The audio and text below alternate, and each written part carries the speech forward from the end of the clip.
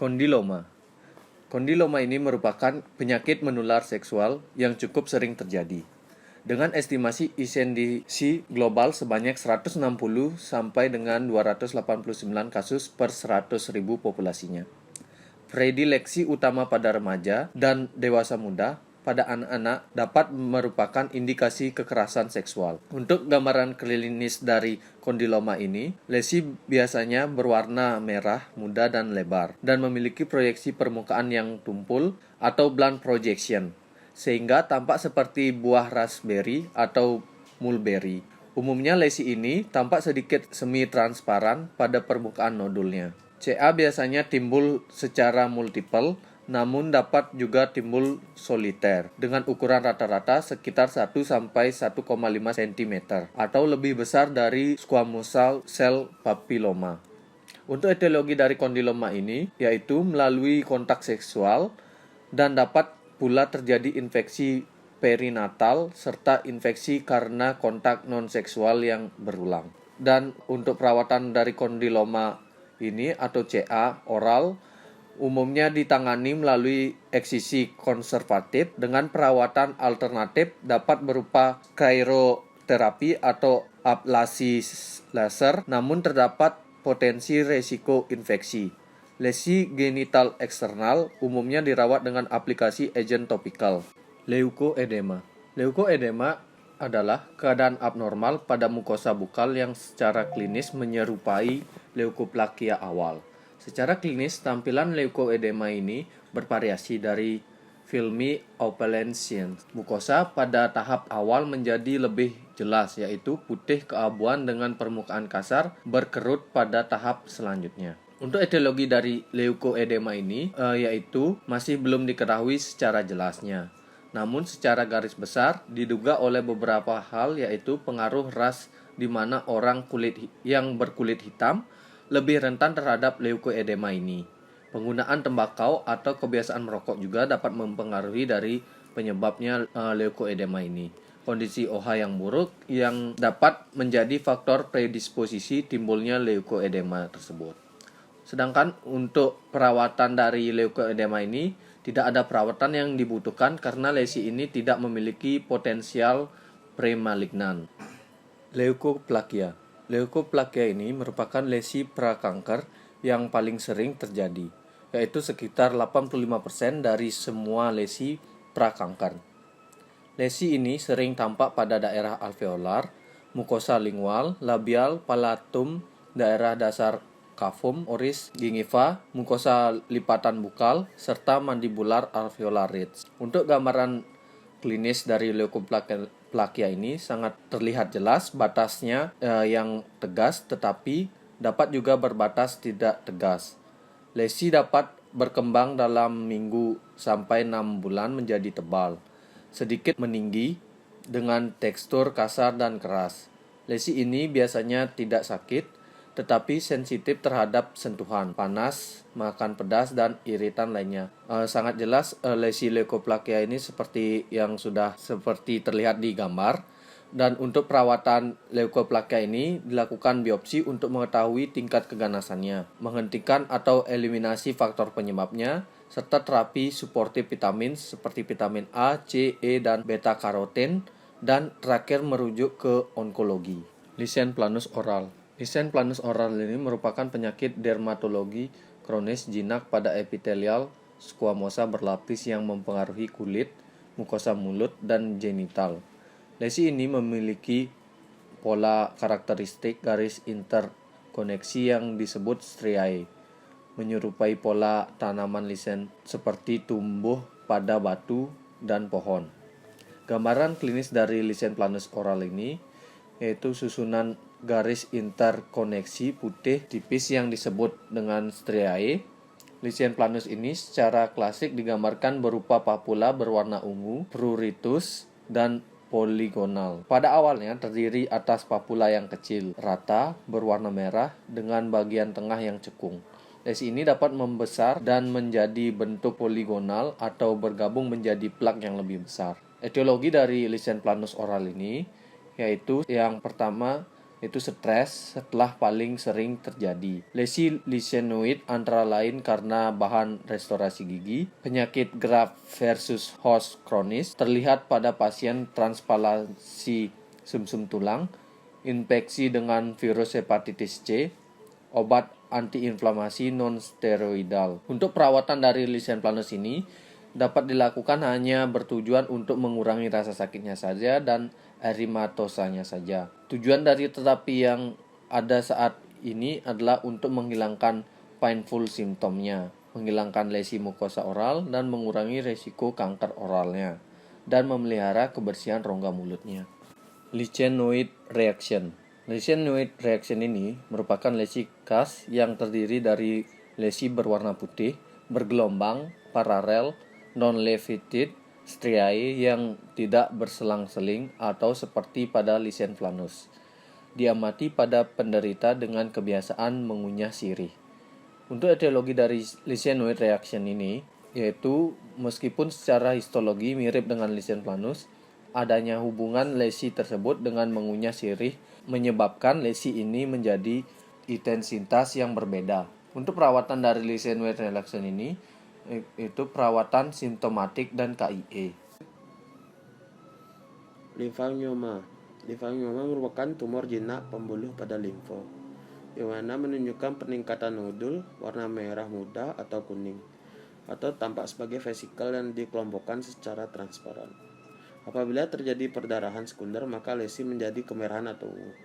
Etiologi terjadinya limfangioma diketahui terkait dengan tumor sindrom, non-sindrom, thymosis, cardiac anomalies, fetal hydrops, fetal alcohol syndrome, dan familial Petechium coli, di mana dapat diberikan terapi non bedah sambil dilakukan dengan pengawasan jika limfangioma tidak mengganggu, karena lebih dari 15% dari lesi ini akan mengecil dengan sendirinya. Namun jika lesi tidak mengecil spontan pada usia 5 tahun, intervensi bedah diperlukan. Linea alba.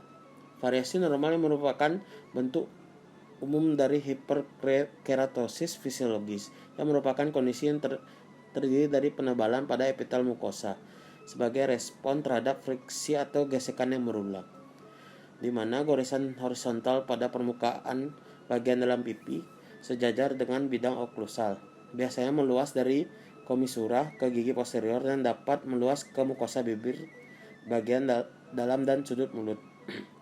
Linea alba dapat disebabkan oleh gesekan yang terjadi antara kontak gigi dengan mukosa bukal, yang mana menghilangkan faktor penyebab seperti mengurangi kebiasaan yang dapat memperparah lesi melakukan observasi.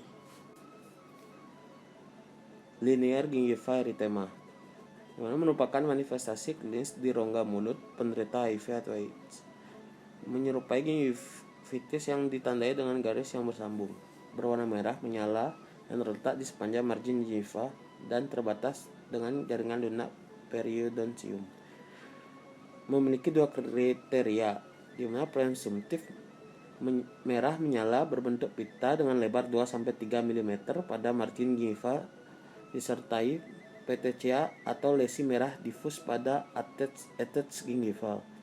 Definitif tidak diketahui pasti kriteria untuk memastikan diagnosis dari linear gingivitis erythema. Pada klinis harus melakukan pemeriksaan darah lengkap dan analisis pada sel darah putih. Etiologi linear erythema, bakteri oportunistik yang biasa terjadi pada penderita AIDS. Adapun mikroorganisme yang sering ditemukan adalah Bacteroides gingivalis, Bacteroides intermedius, Actinomyces viscosus, Fusobacterium nucleatum, Actinobacillus, Actinomyceton.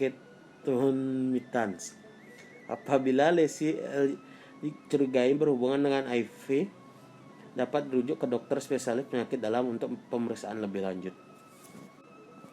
Makroglossia dan mikroglossia, di mana makroglossia secara umum merupakan ukuran lidah yang lebih besar dari ukuran normal. Biasanya terdapat garis atau cetakan gigi pada lidah tepi lidah, papilla fungiformis yang membesar. Gambaran klinisnya Makroglosia kongenital dapat disebabkan oleh hipertrofi atau otot-otot idiopatik, hemihipertrofi otot-otot, tumor jinak, dan hematoma atau kista. Faktor predisposisi kehilangan banyak gigi pada rahang bawah. Terapinya itu observasi dan bedah. Mikroglosia merupakan kelainan yang menunjukkan lidah yang kecil dari ukuran normal. Biasanya ditemukan lidah ukuran lebih kecil, posisi lidah yang jauh lebih ke posterior, sehingga mengurangi daerah lintasan udara pada saluran pernafasan bagian atas. Mikroglosia kongenital dapat disebabkan oleh hipertrofi otot-otot idiopatik dan hipertrofi otot-otot, tumor jinak, hematoma atau kista. Terapi yang diberikan adalah tindakan bedah. Median rhomboid glossitis, di mana daerah kemerahan dan hilangnya papila lingual dan fungsi mengecap, terletak pada dorsum lidah pada garis tengah di depan papila circumvallata. Median rhomboid glossitis rentan terhadap kandidiasis atropik, kronis, dan rekuren. Gambar klinis asimptomatik ditemukan lesi pada sentral belakang lidah 3/4 inci atau 2 cm. Papila yang atrofi pada area tersebut menyebabkan lidah tampak lebih halus dari daerah sekitar, berbatas jelas, dan tampak merah, beberapa memiliki bintik kuning atau putih.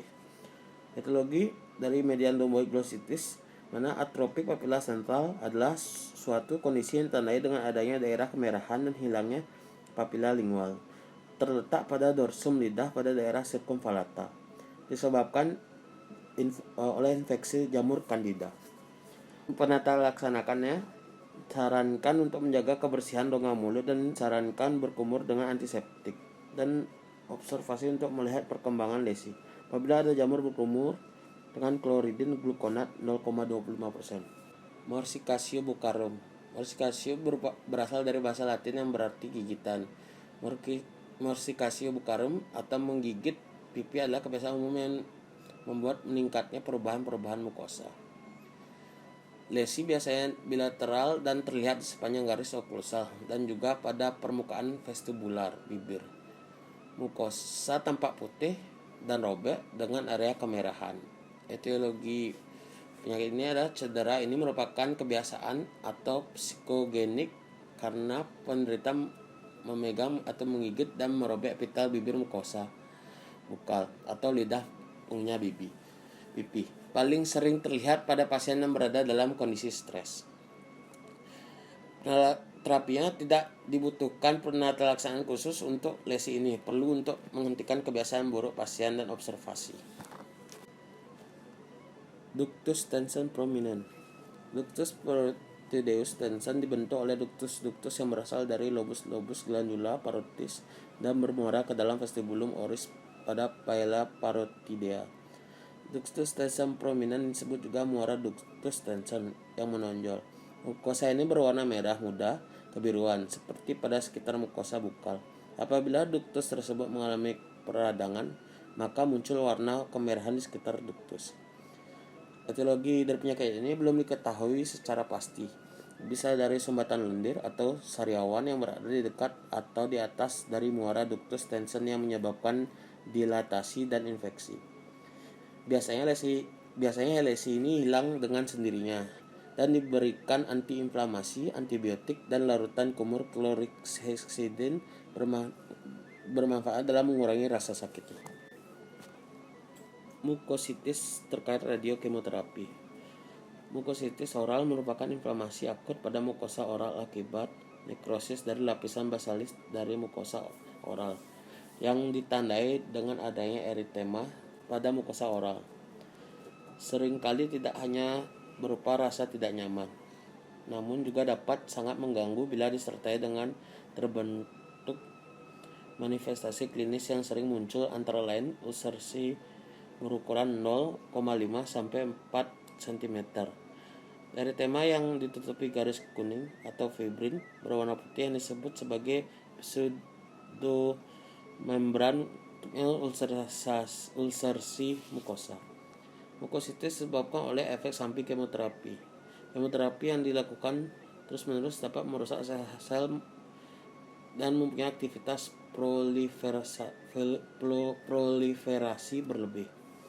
Mana pelaksanaannya farmakologis dapat dilakukan melalui 4 tindakan, yaitu debridement oral, dekontaminasi oral, manajemen topikal, dan mengontrol perdarahan.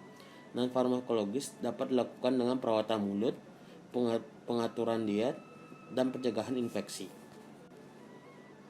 MAMS. Virus akut menular disebabkan oleh paramyxovirus yang ditandai dengan adanya pembengkakan unilateral maupun bilateral. MAMS biasanya menyerang kelenjar ludah, namun juga dapat mempengaruhi testis, pankreas, dan jantung. MAMS ditandai dengan pembengkakan kelenjar saliva yang menyakitkan, baik unilateral maupun bilateral, khususnya pada kelenjar parotis. MAMS disebabkan oleh virus RNA yang diklasifikasikan sebagai rubella virus yang termasuk ke dalam keluarga Paramyxoviridae. Penata laksanaannya istirahat, pemberian obat pereda panas seperti antipiretik, analgesik, lalu kompres es pada testis apabila mengalami pembengkakan, dan diberikan kortikosteroid untuk mencegah artritis, di mana peradangan pada testis. Untuk yang berikutnya yaitu necrotizing ulcerative stomatitis atau NUS, di mana NUS ini merupakan penyakit inflamasi pada rongga mulut yang ditandai dengan adanya kerusakan pada epitelium, jaringan ikat, dan juga dental papila secara cepat. NUS ini didefinisikan sebagai lesi ulceronekrotik yang menyakitkan pada mukosa mulut. NUS ini merupakan lanjutan dari necrotizing ulcerative gingivitis atau NUG dan necrotizing ulcerative periodontitis atau NUP, atau dapat timbul pada mukosa mulut secara terpisah dari periodontium. NUS ini biasanya melibatkan jaringan lunak pada mukosa mulut, namun dapat juga meluas ke jaringan sekitarnya dan menyebabkan terjadinya kehilangan perlekatan periodontal dan kerusakan struktur tulang di sekitarnya. Untuk etiologi dari terjadinya NUS ini belum dapat diketahui secara pasti, namun terdapat beberapa faktor predisposisi, yaitu infeksi HIV, kebersihan rongga mulut, tidur yang tidak cukup, stres emosional, diet yang buruk, penyakit sistemik saat ini, peminum alkohol, merokok, dan juga ras Kaukasia. Namun infeksi HIV ini merupakan faktor predisposisi yang lebih kuat dibandingkan dengan faktor lainnya, dikarenakan penurunan jumlah limfosit T ini berkaitan erat dengan rentannya infeksi dari NUS. Di mana NUS ini sendiri memiliki ciri khas, yaitu terjadinya atau adanya kerusakan pada tulang serta melibatkan mukosa mulut. Untuk gambaran klinis dari penyakit NUS ini sendiri adalah terjadinya demam, limfadenopati servikal, nafas yang berbau, ulcer nekrotik yang terasa nyeri, dan juga disfagia. Selain itu, pada penyakit NUS ini terjadi rasa sakit yang terus-menerus sehingga pasien biasanya kesulitan untuk makan dan juga minum. Untuk lesi dari NUS ini sendiri berwarna putih kekuningan yang dikelilingi dengan eritema. Selain itu, terjadinya pendarahan spontan, dan biasanya pada penyakit NUS ini dapat meluas ke jaringan sekitarnya dan menyebabkan terjadinya kehilangan perlekatan periodontal dan kerusakan struktur tulang di sekitarnya. Dan pada stadium yang lebih lanjut dapat terjadinya atau menyebabkan tulang alveolar terbuka yang dikenal dengan cancrum oris. Lalu untuk berikutnya yaitu rencana perawatan dan juga terapinya.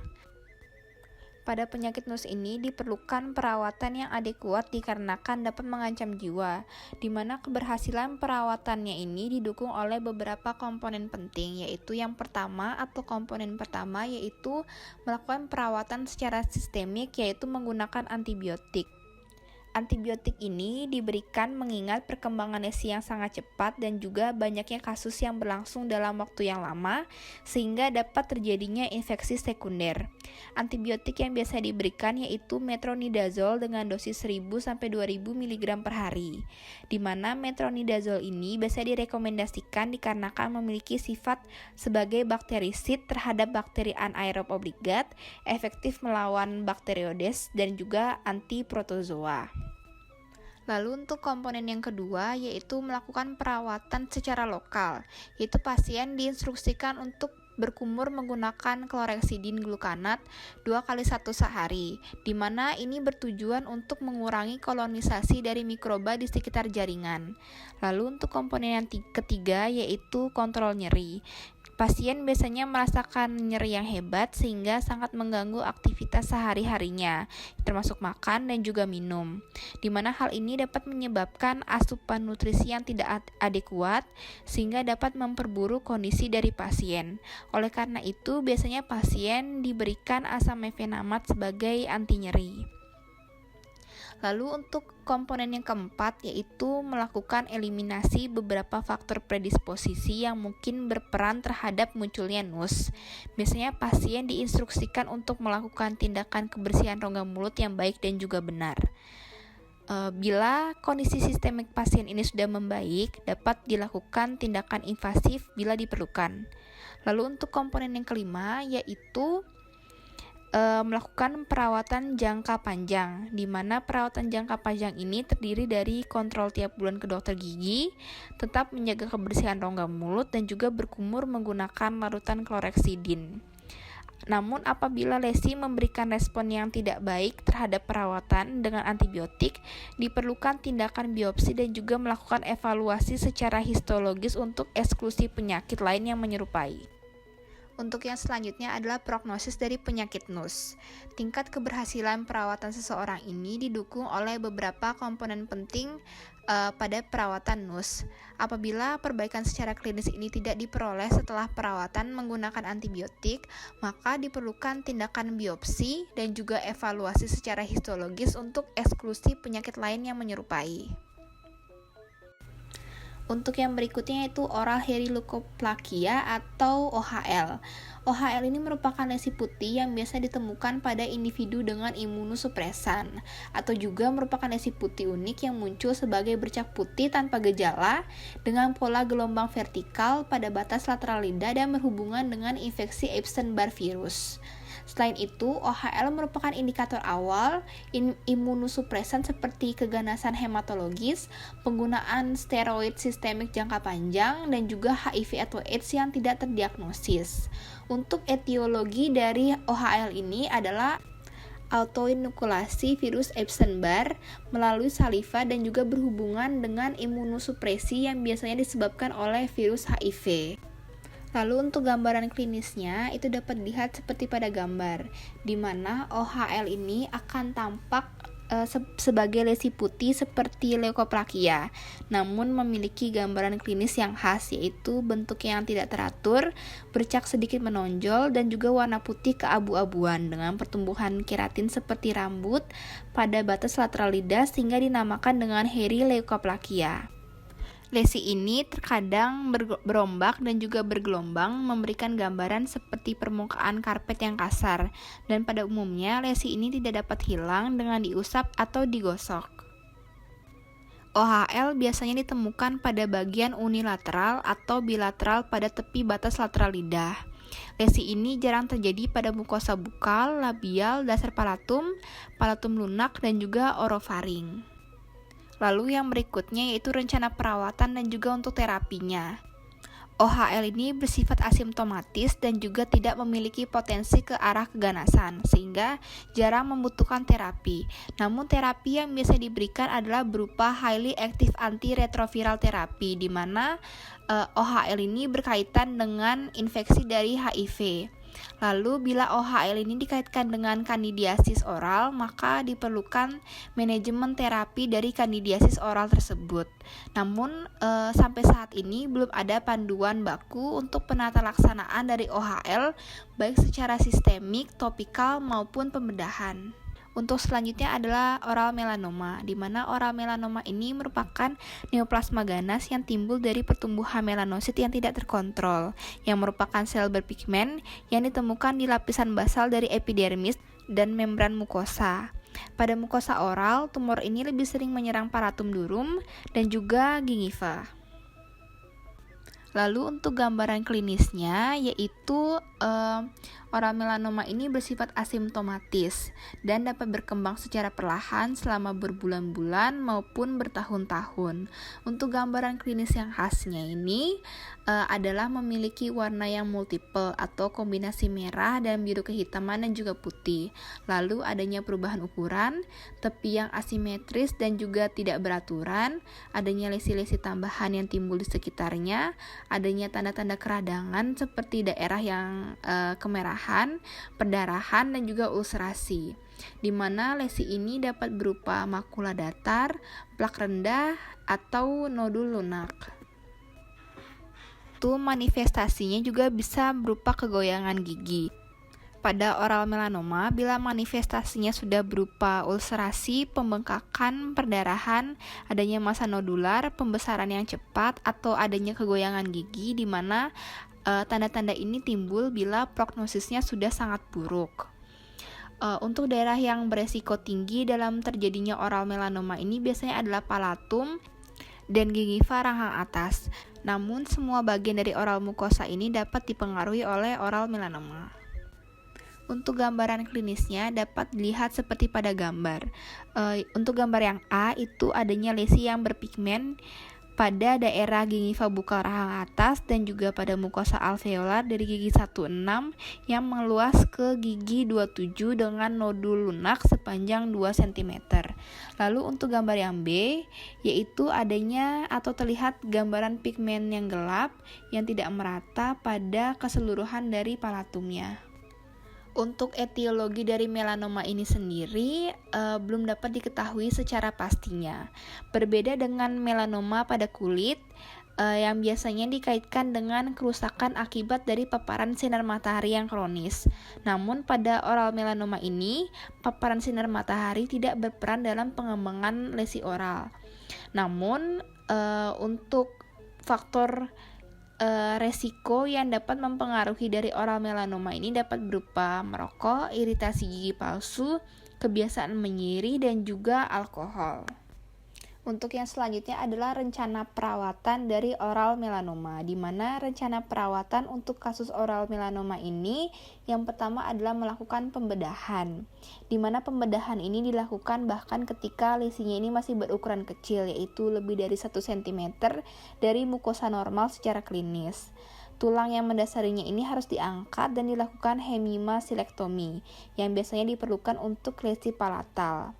Eksisi lesi primernya ini termasuk setidaknya 1-2 cm jaringan sehat yang berdasarkan luas dan juga ketebalan dari tumor primer. Dikarenakan keterbatasan dari anatomi yang ada pada rongga mulut, eksisi bedah ini dapat lebih sulit. Setelah dilakukan pembedahan, biasanya dilakukan diseksi kelenjar getah bening dan juga pengangkatan metastasis dari kelenjar getah bening. Lalu selain pembedahan dapat juga dilakukan pertimbangan dari terapi radiasi, di mana terapi radiasi ini biasanya digunakan sebagai pengobatan tambahan setelah pembedahan, yaitu ketika margin tidak dapat dicapai atau sebagai pengobatan utama pada pasien yang tidak menjalani prosedur pembedahan. Biasanya dilakukan pada pasien yang sudah tua atau yang memiliki kompromi medis. Lalu perawatan lain yang dapat dilakukan sebagai pertimbangan yaitu kemoterapi praoperasi, di mana hal ini berguna untuk mengurangi ukuran dari tumor. Untuk yang selanjutnya adalah oral submucous fibrosis atau OSF yang merupakan lesi praganas yang berhubungan dengan mengunyah sirih atau pinang. OSF ini dapat bertransformasi menjadi squamous cell carcinoma yang dapat menyebabkan kematian. Lalu untuk etiologinya, di mana etiologi utama dari OSF ini adalah menyirih. Jumlah pinang dalam sirih, frekuensi, dan juga durasi mengunyah sirih ini sangat mempengaruhi perkembangan dari OSF. Kontak langsung dari campuran pinang terhadap jaringan mulut ini dapat menyebabkan iritasi yang terus-menerus oleh berbagai komponen, seperti alkaloid yang aktif secara biologis, arekolin, arekaidin, arekolidin, guvakolin, guvakin, flavonoid, dan juga tembaga. Di mana alkaloid aktif yang ditemukan dalam sirih ini adalah arekolin yang dapat merangsang fibroblast untuk meningkatkan produksi kolagen pada tingkat yang lebih tinggi dari biasanya.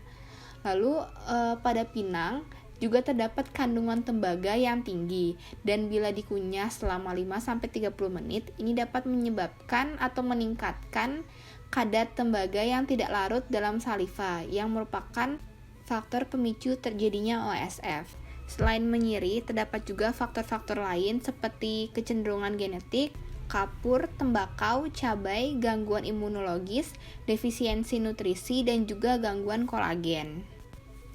Untuk gambaran klinisnya, biasanya pasien oral submucous fibrosis ini akan mengalami sensasi terbakar yang hebat di mulut setelah makan yang pedas. Untuk tampilan awalnya yaitu berupa peradangan, di mana peradangannya ini akan diikuti oleh hipovaskularisasi dan juga fibrosis yang akan terlihat seperti memucatnya mukosa mulut atau blanching dengan tampilan yang mirip seperti marmer. Tampilan pucat atau blanching ini dapat terlokalisir, diffuse atau retikular.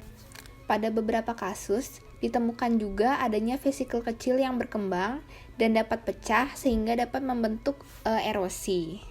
Lalu karakteristik pada tahap OSF selanjutnya adalah pita fibrosa yang membatasi pembukaan mulut atau terjadinya trismus. Hal ini dapat menyebabkan masalah yang lebih lanjut ke dalam kebersihan mulut, bicara, pengunyahan, dan juga menelan. Perkembangan pita fibrosa di bibir ini menyebabkan penebalan bibir dan juga tampilan seperti karet. Pasien biasanya menjadi sulit untuk menarik atau membalikkan bibir sehingga bibir ini berubah menjadi berbentuk elips. Untuk gambaran khas dari oral submucous fibrosis itu dapat dilihat pada gambar, yaitu adanya blanching pada mukosa bukal.